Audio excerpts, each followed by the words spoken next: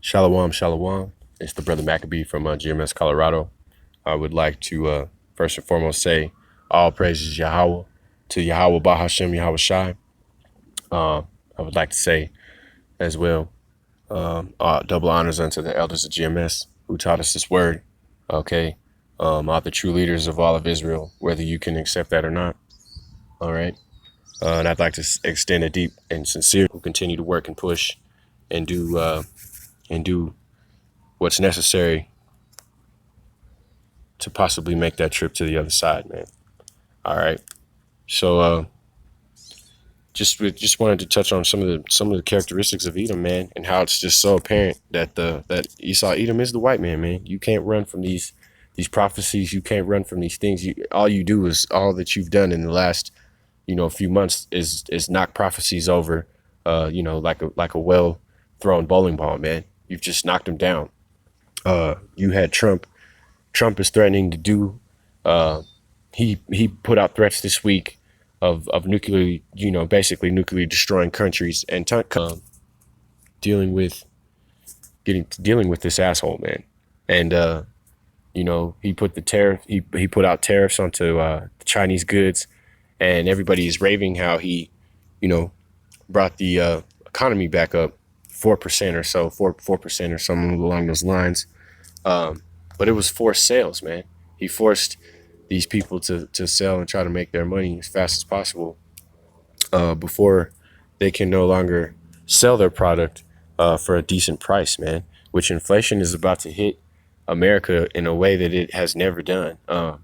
These people that have lived lavishly and deliciously off the blood, sweat, and tears of the Native Americans, Negroes, and Latinos, they are about to be in for it, man. Gas is about to skyrocket. Prices at the supermarket are about to skyrocket. Your local Target or Walmart or wherever it is you go to get your food, you're going to see a significant price increase in these things. And man, I'm just going to touch on a few of these characteristics, man, and just hammer home the fact, man, that Esau Edom is the white man, and these are their traits. Okay. I'm going to start here. And this being Esau's warlike trait. Okay, this is their mentality, man. This is Genesis 27:40, and it reads, "And by thy sword shall thou live, and shall thou serve thy brother. And it shall come to pass when thou shalt have dominion, that thou shalt break his yoke from his neck. And Esau hated Jacob because of the blessing, wherefore his father blessed him. And Esau said in his heart, the days of mourning my father are at hand. And then, the days of mourning for my father are at hand, and then I will slay my brother Jacob." And these words of Esau, and these the words of Esau, her elder son, were told to Rebekah, and she said, and called Jacob her younger son, and said unto him, "Behold, thy brother Esau, as touching thee, doeth comfort himself, and purposing to kill thee." Okay, so Esau's inner thought is of war, man. This is they're a warlike nation, man. They're a warlike people. They, they're not necessarily the toughest or the baddest or the meanest, but man, they want to do foul things to you Jakes, man. And they truly are your enemy, man. The women fall in line with the men, which you can take that how you want to, but the Esau Edom is your enemy, man. They're not out being positive for you or really change or help you out in any type of way, man. Just knowing that, I've my own testimony, man. I've fell in line with some people I shouldn't have been around, and it got me in a lot of trouble, man. It got me in a lot of trouble. I've been dealing with constant fuckery just because Esau Edom is my enemy, man. And I got caught up dealing with them, man. And that's your enemy, Salakia. This is plane goes by here, man.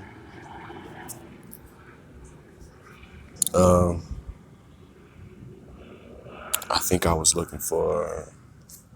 This is what I'm looking for, man. And these Edomites, man, slacky. If this is what I think it, con. This is it. And these Edomites, man, they're idolaters, man. They believe in stupid shit. You know, drinking of their cup is the way of death, man. Dealing with an Edomite in any type of fashion, dealing with their law, dealing with their, you know, their rulership, anything that you're dealing with in Esau's kingdom, man, it's idolatry and fuckery, man. Okay, they got an idolatrous mind state as well as being warlike, man. They don't want to get down with the program. They want to do their own thing because they are not of the Most High, man.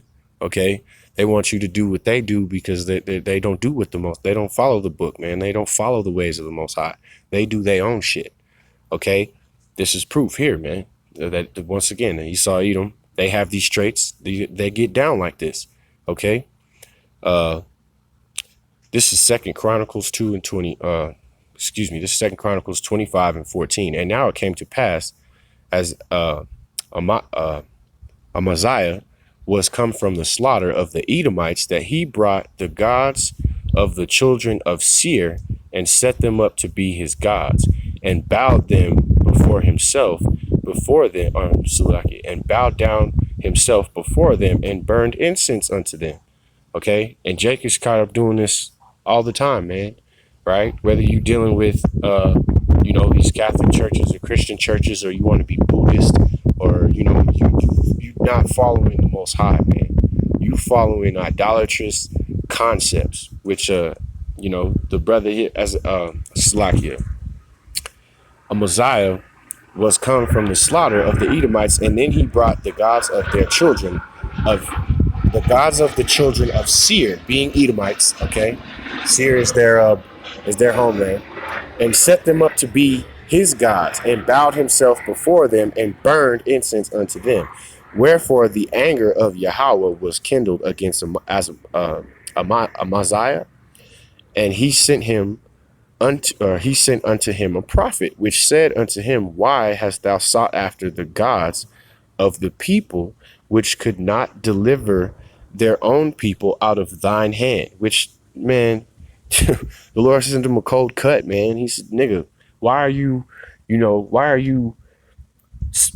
basically praying and professing your faith to these gods when they couldn't even save them from your hand, from mine hand, from, you know what I'm saying? They couldn't stop him from slaying them. So how is all of a sudden their God's more powerful than yours? Our God gives us the ability to take down Edom, and then we go pray unto Edom's gods, man. That's blasphemy, man. They're an idolatrous nation, man. Just to show you that was another little example, man. We're gonna keep it moving. Let's see. Actually, I'm gonna read on down just for a minute here. I think my thing may have froze though. So let me fix this. Salakia had a little bit of a technical difficulty. Working this phone is still a little difficult for me. I've had the same phone for almost 10 plus years, so this is kind of a challenge to play with this thing. But I'm figuring it out. So I'm gonna read down to about 20 here, and this is still on Esau being idolatrous, man. Okay, and it came to pass,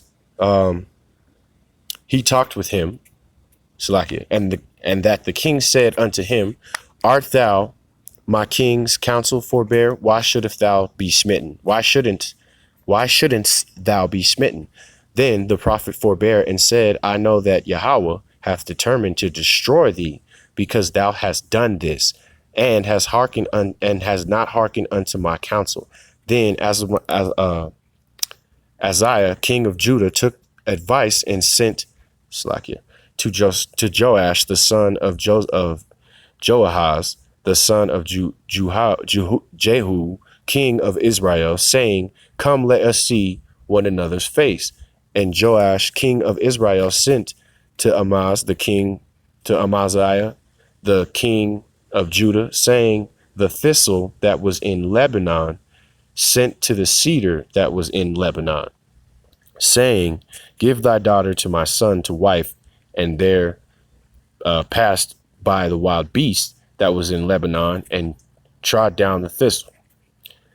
Thou sayest, lo, thou hast smitten the Edomites, and thine heart lifteth thee to boast. Abide now at home. Why shouldst thou meddle to thine hurt? Okay. That thou shouldest fall, even thou and Judah with thee. All right. But Azamiah, I'm sorry, my screen is kind of cracked, so it's making letters look different for some reason. Some of them. Salakia. But Amaziah would not hear it, for came Yahweh, that he might deliver them into the hand of thine enemy, because they sought after the gods of Edom. Okay, so they would, man, Esau is a idolatrous motherfucker, man, and he set up his whole kingdom for Jake to fall into these little snares and traps, man, and they do it. And whether it's whatever the juice is, man, whatever it is that you fall into, that it's set up that way, man. So you got to be weary that Esau gets down like this, man. You have to be weary that their whole kingdom is designed like this. And they also have no faith in the Most High, man. They're a superstitious lot. They don't have that faith in the Most High that Jake has, man. They just believe in bullshit. All right. They're a superstitious nation as well, man. It's another trait of these Edomites, man. I'm gonna prove it to you right here, man. Okay, so this is Jeremiah 27:3, and it goes, and send them to the king of Edom, and to the king of Moab, and to the king of the Ammonites, and to the king of Tyrus, and to the king of Zidon, by the hand of the messengers which come to Jerusalem, man, unto Zedekiah, king of Judah. I got my thing set up to no disturb, and I'm still getting blown up. I don't understand. And command them to say unto their masters, thus saith the Lord, thus saith Yahweh of hosts, the Yahweh of Israel, thus shall ye say unto your masters, I have made the earth, the man and the beast that are upon the ground, by my great power and by my outstretched arm, and have given it unto whom I seemed met unto me. So the Lord gave you power, man. First and foremost, let's just get that. He gives the earth to whoever he seems fit, man. Whoever he wants to give rulership to is who receives rulership. So you Edomites are not in a state of rulership because you're great. You are in a state of rulership because the Lord has given you the ability and cleared the path for you to do that. Now you're about to be put back into you're about to be bound and chained and put into captivity because your time in rulership is coming to an end. Okay. And that's just scriptural, man. That's not me going off on no rant or being upset or about anything at all. Really. I mean, that's just what it is. It's not that you can go around it. You can if you want to, but you're just kidding yourself. All right. And now I have given all these lands in the hand of Nebuchadnezzar, the king of Babylon, my servant, and my beast of the field I have given unto him also to serve him. And all the nations shall serve him, and his son, and his son's sons, and his son's son, until the very time of his land come, and then many nations and great kings shall serve themselves of him. Slack. Scroll down.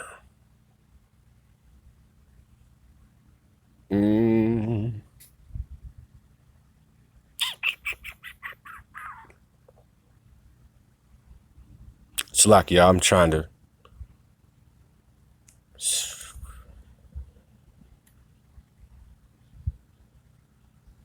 Okay. And it shall come to pass that the nations and kingdoms which, Salakia, it's still Jeremiah. I just went down to 8. I was going to stop there, but I'm going to read down to 9. And it shall come to pass that the nations and kingdoms which will not serve the same Nebuchadnezzar, the king of Babylon, that will not put down their neck under the yoke of the king of Babylon, that nation will I punish, saith Yahweh, with the sword and with famine and with pestilence, until I have consumed him by his hand. Therefore hearken not ye to your prophets, nor to your diviners, nor to your dreamers, nor to your enchanters, nor to your sorcerers, which speak unto you, saying, ye shall not serve the king of Babylon. Okay, so these superstitious thoughts, man, you as a Jake, man, you can't be superstitious. The Lord does all things, man.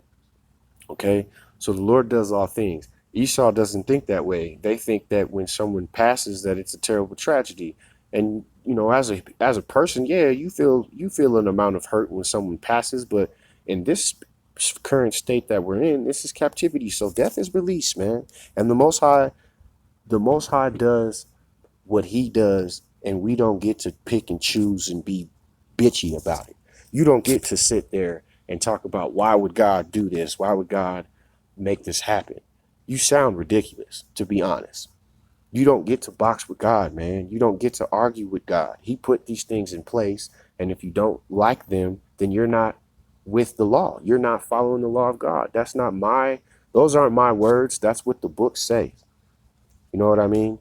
It's not nothing else. It's really not nothing else to it.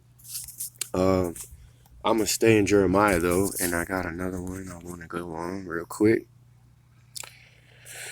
just to they're in the same chapter, man, and so I'm gonna just go to 49 here, and let's see, because Edom is also proud and cruel, man. They're a proud and cruel nation as well, man. These people are very proud of their cruelty, to be totally honest. So I'm gonna hit it right here. I actually love this whole chapter, but just for time's sake, I'm gonna hit these points.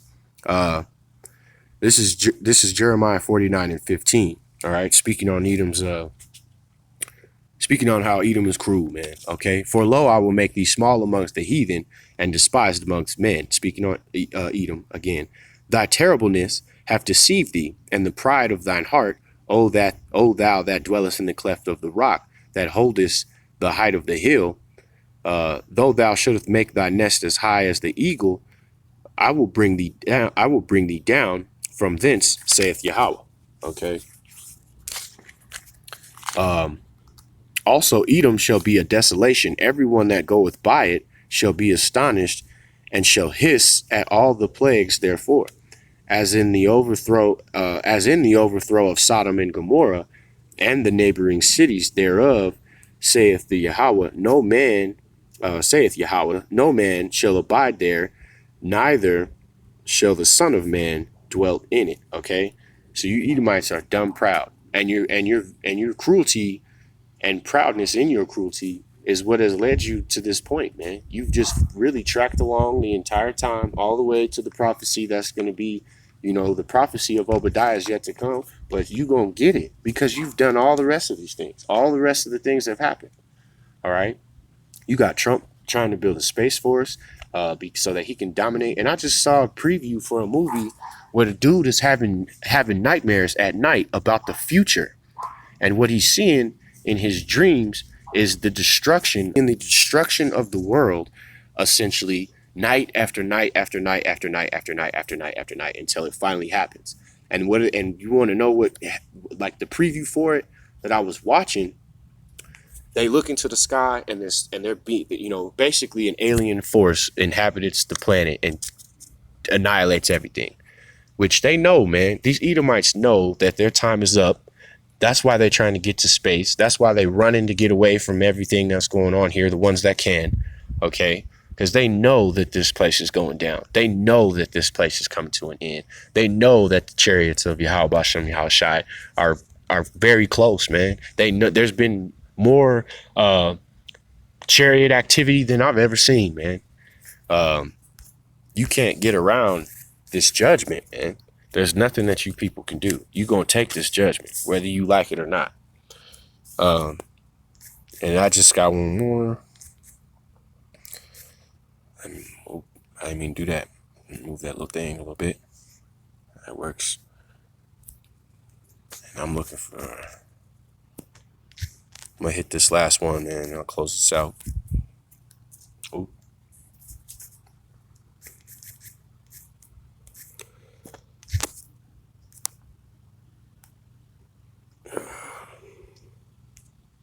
There we go.